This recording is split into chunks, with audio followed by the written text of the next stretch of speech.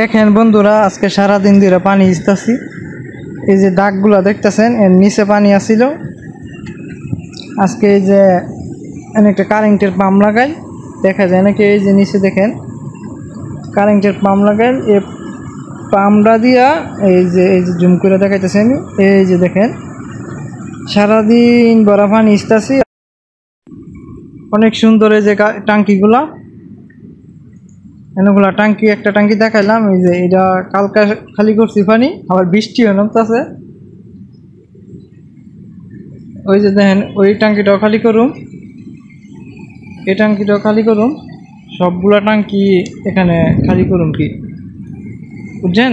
এইগুলো দেখেন, এগুলো সবই পানির টাঙ্কি, সবগুলা পানির টাঙ্কি।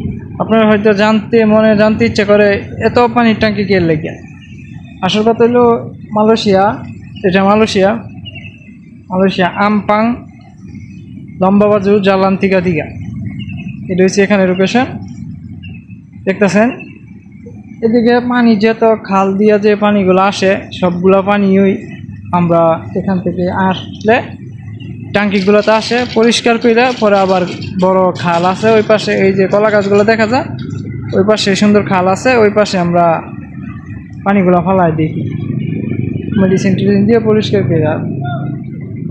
আমরা দেশের ময়লা পর্যন্ত ডিনে ফেলাইতে হতে দেখেন, এদেশে কত সুন্দর ব্যবস্থা। দেশের মানুষ ভালো হইলে সব কিছুই ভালো হয়। এদেশের মানুষও ভালো, দেশও উন্নত, পরিবেশও ভালো। আমরা দেশের মানুষও ভালো না, পরিবেশও ভালো না, দেশও উন্নত না, এটি অবস্থা।